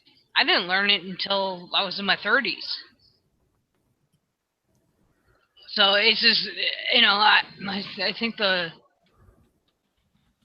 2 was the last election I voted for a third party. And I mean, I voted usually socialist, and that was about the time they took that option off the ballot. It's not even on the ballot for the primaries anymore. I mean, it's basically we did actually have a socialist party years ago, back in the 80s, but I think was on one election, and then it just disappeared. But I didn't learn anything about our political system, how it worked, and what the ramifications of not voting, as Andrew has stated.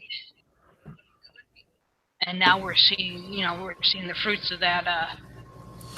What about some places that make voting mandatory? Like, what do you think of that? Yeah, I wouldn't have a problem with that. Make it a national holiday, make it mandatory, and everybody has to go. That's been floated around, but some people are all for it. I mean, Chris, we can't even get people to fucking vaccinate. Do you think they're really going to go out and vote? Well, if they're gonna get fined and lose money, they might. But if I'm not mistaken, Andrew, that basically butts up against the First Amendment. It's my right to speak by not speaking. Yep. That's usually the argument, isn't it? There is not, as far as I know, there is not a solid case that says not voting is a protected First Amendment right. You'd have trouble passing mandatory voting here, but I think I'm with you on mandatory voting. I think it ought to be the case. And look, like, the best ways to approximate that are continuing to support, and they are 100%. Like, again, we're all liberal, we're all Democratic here, but like, it should be kind of shocking that it's one political party that wants to make it easier for people to vote, that wants to expand voting hours, that wants to have voting by mail and not in person, and that's what we ought to be supporting. And the fact that we have a political party that says, no, we want to make it difficult, and we want you to vote during working hours, and we want you to have to drive to a polling place and wait in line and have, people wearing badges stare you down. Or, have specific kinds of ID that we're now going to remove, 90% of the places where you can get said ID from. That kind, and just to compare, in our election, I worked as a poll clerk, and it was the first time I'd ever done that. And it was I enjoyed it quite a lot, and I learned that the ID process for us was very, I guess you would say, kind of looser than you would expect. But the thing is, so if somebody came to the polling station and let's say we had it marked down that they had already voted, and they said, well, no, I didn't vote in the advance polls. I don't know why you say that. Here I am. I want to vote. All we have to do is have them swear an oath that they did not previously vote and sign it, and they're allowed to vote. And the thing is, if we find out later that they did indeed vote twice, both their votes count, because we don't know who, if they voted the same or not or what, because everything's anonymous, but they would be charged, and I think it's something like a $50,000 fine and 6 months in jail and something like that. And they basically said, yes, they will be caught if they do that. Yes, their vote counts for both times, but they'll certainly be punished for it. Or if someone shows up and they say, I don't have my card that came in the mail and I don't have ID for whatever reason, all they have to do is get another person who is verifiable and registered to vote to vouch for them and swear an oath and says, yes, this is John Smith. He's my roommate. He lives at such and such an address, and this is the right place for him to vote at. And they swear an oath, and the other person gets to vote, and that's it. Like, if they don't have any ID, oh well, that other person is now vouched for them, and it's quite acceptable. We and even when I took classes, like, because we had to have a day of training before we were able to work the election, they even gave us an example of the level of accessibility. So let's say for whatever reason that riding chose a poor location to have their polling station, and someone with mobility issues was unable to reach the polling station. You know what we are instructed to do? Close the polling station, take everything to where that person was, and allow them to vote before we went back and let anyone else vote. Like, that's how inclusive we try to be. Damn. Yeah. I like that. Stephanie was just saying here in regards to Australia making it mandatory. She says people go to the polling station, record that they're there, and then just walk away without voting. Which, yeah, I could see that. Yeah. I don't know that that's necessarily the best choice, but at the same time, you were there, and it was very much a conscious decision. Yeah. It's your choice to do. Yeah. Yeah, at that point. We got to see about rolling up over here in a second, but before we do, and I give my last pieces over here, I just wanted to let everybody know that in the 2024 election, is it, Joe? I believe, yes. Yes, the 2024 election, Joey and I are going to be running for president and vice president. All right. And we're going to be, actually, wait a second. Is it the matter that I'm going to be president and you're vice because nobody wants to elect you by assassinating me? Exactly. No, you are supposed to be vice president, if I remember correctly. Okay, yeah, that's fine, because then I don't have to do anything except stay looking pretty in the back house. I'll leave the visiting the schools to you. That's perfectly fine. And the plan is to revive one of the old 1940s political organizations that was once actually a write-in campaign that got a decent number. Andrew, have you ever heard of Gracie Allen and the Surprise Party? The George Burns Gracie Allen? The very same. She had a short-lived political career with the Surprise Party. Well, color me surprised. It was admittedly a joke, and they did have to come on air and actually tell people, look, actually vote correctly. But they actually did get some write-ins for Gracie Allen. And instead of a donkey or a elephant, they had a kangaroo. Nice. I know Joe Walsh ran for president in 1980, and under the platform of that he would change the national anthem to "Life's Been Good," which I can get. Yeah. Well, I'll admit that when Stephen Colbert had gone, and in his own way, he was earnest about it, but he kind of lost hope on it when his home state wouldn't even put him on the ballot. Yeah, that's So too I will bad. admit that I gave him a vote, but some of y'all might think Shujin and I are joking. I don't know about Shujin, but I'm not joking. We will have to see about that, because there is somebody, heretic woman, that we met at ReasonCon, who is running for a government position, and we can see about having him on the show in the near future. Because That'd be awesome. Andrew, my last question for you is, if we want to change the political landscape, something tells me one of the best ways is to just go out and become that political landscape. Wouldn't you think? Yeah, I agree. You might find it entertaining, Andrew, too, in Canada. They're trying to resurrect, but we actually have had in the past a satire party called the Rhino Party, who legitimately put forth candidates for federal election in 1984. And actually, one of the candidates became very, very close to becoming a member of parliament.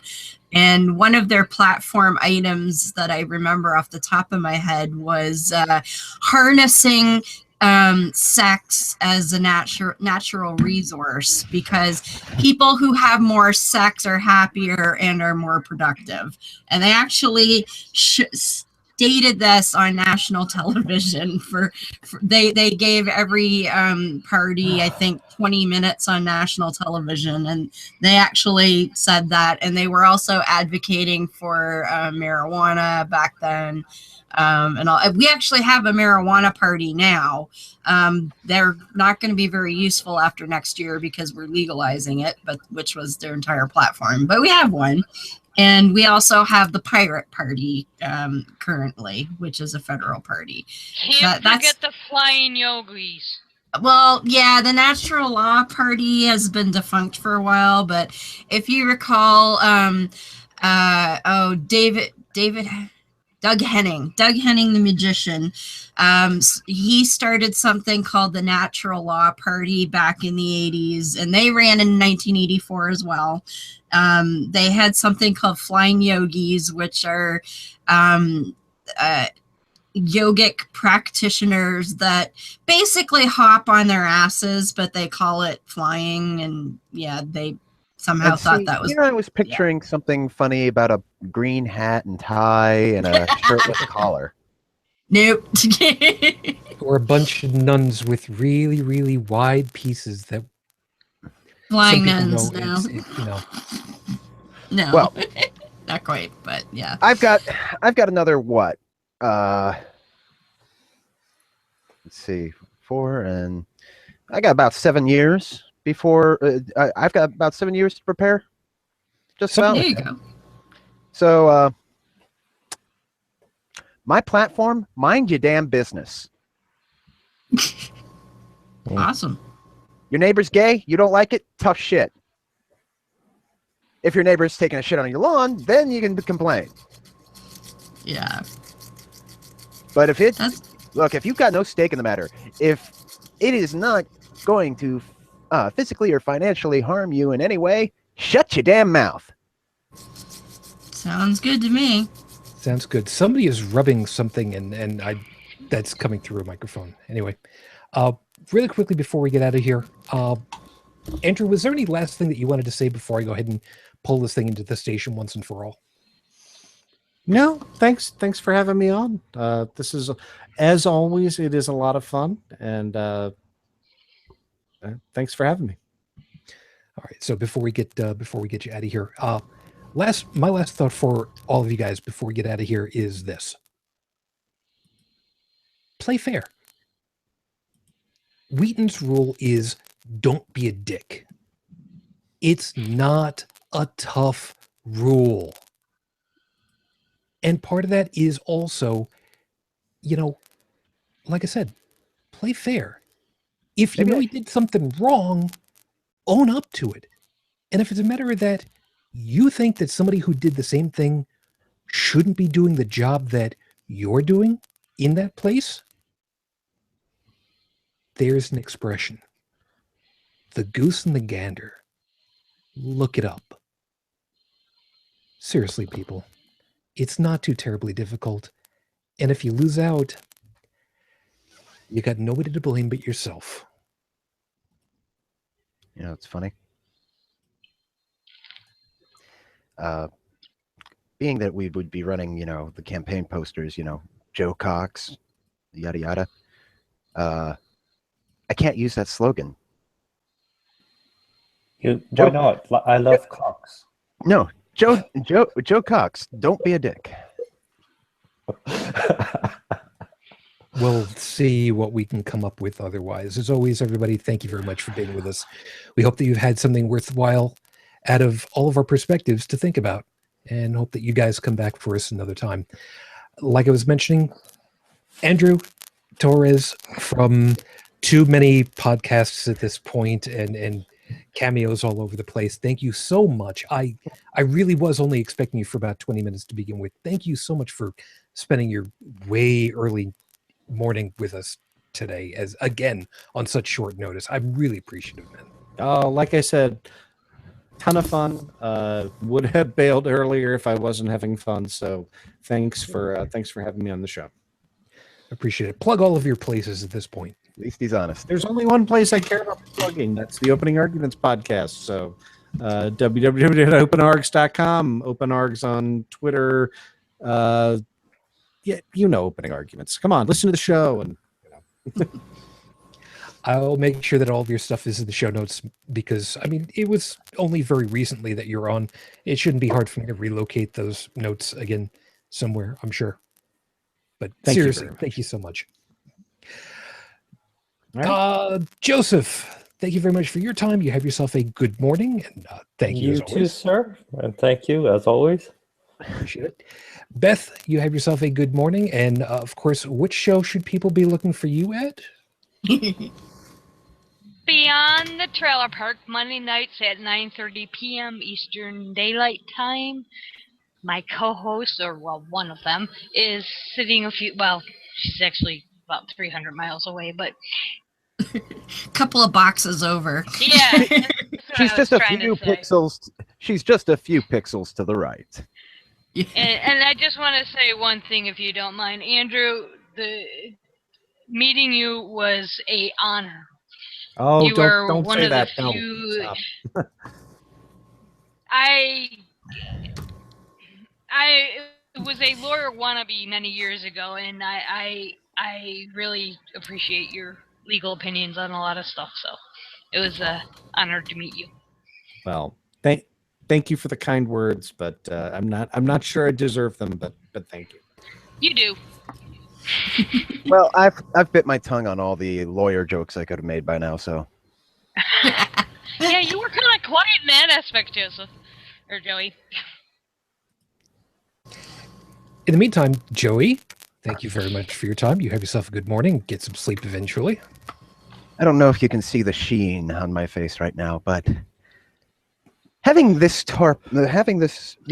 curtain up, and most of my fans turned off for the betterment of noise. It's been very warm tonight. I'll keep that in mind, man. Thank you very much. And of course, Heretic Woman, real quick, plug all the things so we can get out of here. Well, that's kind of already done the heavy lifting. So yeah, Beyond the Trailer Park, Monday nights, 9:30 Eastern. This week we are talking to the Atheist Ranger, who has a little channel on YouTube, and I've been hanging out in some of his hangouts lately, so he's going to come hang out in one of our hangouts for once. So that'll be cool. And we had a great time last week with Marissa. So folks, if you haven't heard that one yet, you should definitely go back and listen to last week's show too, because that was a hell of a lot of fun. God. Yeah, you talk. Oh, inside joke. That was our troll that showed up. We actually Morgan named him Todd. We don't really know what their name was, but we just decided their name was Todd, and they said that was okay. So that's Troll Todd. But anyway, yeah, that was a lot of fun. And this week, Atheist Ranger, which is also going to be a lot of fun. So looking forward to that. And I think that, I also appeared on Steve McCrae's channel last Sunday, just almost a week ago. You might want to check that out too. We had a lot of fun talking about my time appearing at the Imagine a Religion conference. And I got to be on with a gentleman named Holy Kool-Aid, who has a really cool channel. And PZ Myers dropped in. So, there's that. So, yeah, we had a lot of fun with that too. But I was actually the guest of honor, which was kind of cool. I outranked PZ Myers. So there you go. So you could check that out too. That was Steve McCrae, who runs the Great Debate Community on Google+. He's actually the guy who hosted the Kent Hovind and King Crocoduck debate the other night. Yeah, Beth was posting about that earlier. Yes, she did. So, as always, everybody, thank you very much for being with us. We hope to hear from you real soon. If you'd like to stay in touch with us, all the links that you're going to need are over at holycrapthevlogcast.com. The flamethrower, the lunchbox, we'll figure what we can market later. Flamethrower is probably only available in Honduras, but that's okay. We'll come back to that. If you'd like to leave a voicemail for us, don't start. 859-HCTV-554, 859-4288-554. Thank you for being with us. And as an aside for a whole bunch of other pieces, next week, Saturday, I will be participating in the Ride for Roswell for the Roswell Park Cancer Institute here in Buffalo. I've been harping on this as much as I possibly can. Up until Wednesday of this week, I will be able to spot some people to become virtual riders for the team. If you would like to become part of that, it's a $10 donation that you would have to put in. I will spot an additional $10. I can do that for about 15, 16 people from the fundraising that we've done in Second Life. Yes, it's still a thing. You don't have to do anything other than just be part of the team. And no matter what, Roswell Park is going to get this money, an extra 160, maybe a little bit more at this point, depending. But for those of you that have been helping and supporting, thank you. If you want to find out a little bit more about that, find my posts over on social media. You can probably find me under the name Shujin Tribble all over the place. Look for the hashtag #FuckCancer. The name of the team is End of Cycle for Sarcoma. It's not hard to find. All you got to do is just look for that. And that's going to be at rideforroswell.org. For all of you that are going through these tough times with it, and I know that we've had somebody that was a loss recently in the communities, we're still thinking about you. We're still keeping you in our thoughts, and we can try our little bit here and there to help you out. You're not alone. So thank you for being part of our families. Meantime, we got to get out of here because, sleep would be really important right about now. So as always, for all of you, I wish you the peace I no longer have. I wish you the strength that I've learned. I wish you well. And as always, for my lady, 12 years on, I am still in love with you. Matane Fujin. I love you and I miss you. Dream of me.